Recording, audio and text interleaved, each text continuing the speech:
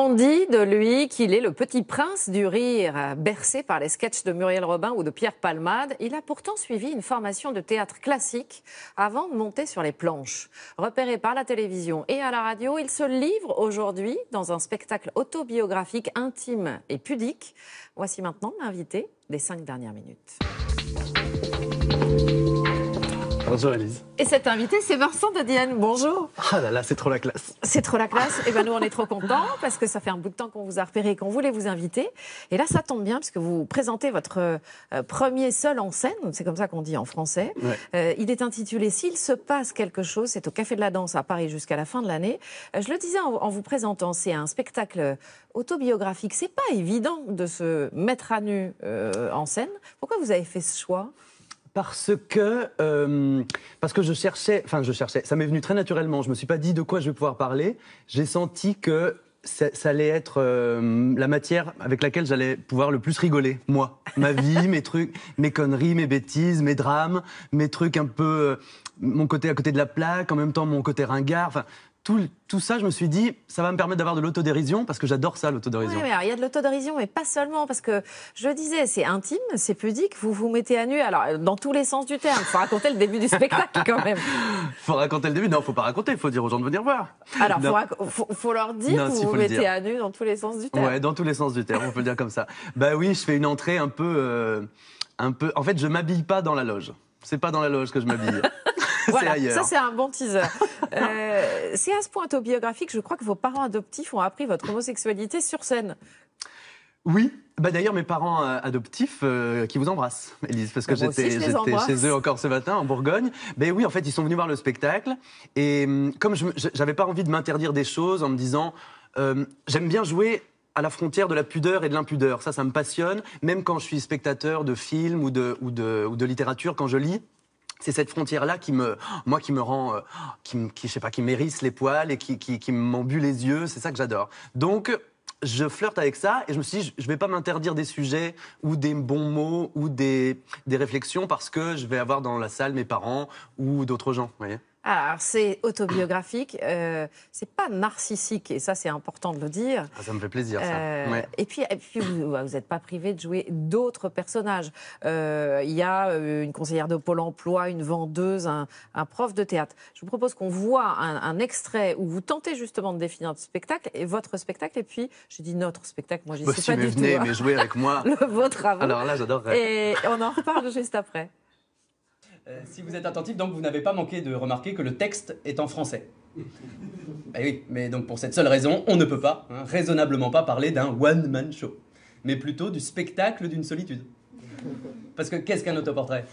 Je rappelle que c'est pas interactif. Qu'est-ce qu'un autoportrait? Qu'est-ce qu'un autoportrait sinon le spectacle affirmé d'une solitude débordante? Non.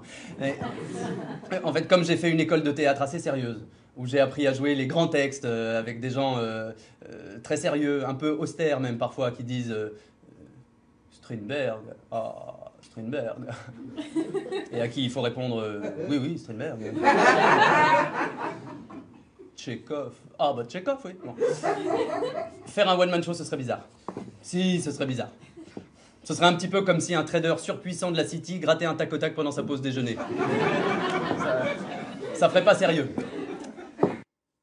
Voilà, vous disiez en vous présentant, vous avez appelé le théâtre avec Molière, Shakespeare, vous en parlez, ou Tchekhov, vous en parlez dans l'extrait. Ouais. Mais votre idole reste Muriel Robin, vous lui rendez hommage sur scène. Et pour autant, coucou Muriel, et pour autant, vous cédez pas à la dictature du rire. C'est pas question de faire une blague toutes les 20 secondes, quoi. C'est pas seulement ça, votre spectacle. Non, c'est... En fait, en l'écrivant, je me suis pas forcé à ce qu'il y ait un rire toutes les 3 secondes. Je me suis dit, si c'est pas drôle pendant un petit moment... mais que ça reste quand même percutant, sensible ou alors intéressant, ça me va. Et en fait, c'est en le jouant que je me suis rendu compte que les gens riaient vachement. Ce qui m'a pas dérangé parce que j'adore ça. En plus, quand on est acteur, ça rassure vachement le rire parce qu'on se dit oh, les gens sont là, ils s'ennuient pas. Mais Muriel Robin, vous parlez de Muriel Robin par exemple. Moi, elle est venue ? Oui, elle est venue. Ah. Oh, non, mais ça c'était incroyable. Elle m'a envoyé même un bouquet de roses incroyable à la première au Café de la Danse. Non, mais là, faut pas m'en parler parce que je vais fondre en larmes. Mais quand je suis spectateur, moi, de Muriel Robin, je vois qu'elle n'est pas que drôle. Et ça, moi, ça me remplit l'intégralité de mon cœur de spectateur. Je rigole et en même temps je rigole pas. Et ça, j'adore ça. Il y a beaucoup de sincérité dans ce qu'elle fait, aussi dans ce que vous faites. Parce que peut-être aussi parce que c'est un rêve de gosse. Je crois qu'il y a une vidéo dans le spectacle où on voit 14 ans déjà en faisant vos premiers sketchs. Vous rêviez de ça, quoi. Ah bah oui. En fait, quand j'ai découvert, c'est par Muriel Robin, encore une fois, quand j'ai vu la première fois un sketch de Muriel Robin, j'ai appris tout. C'est-à-dire que j'ai appris que le théâtre, ça existait, j'ai appris que les théâtres existaient, j'ai appris que la scène, ça existait, que le rouge existait, que la musique existait, que l'humour existait. Et ça m'a donné envie de grimper sur scène immédiatement. Et après, j'ai même pas essayé de voir si je savais faire autre chose. J'ai persévéré dans cette voie-là.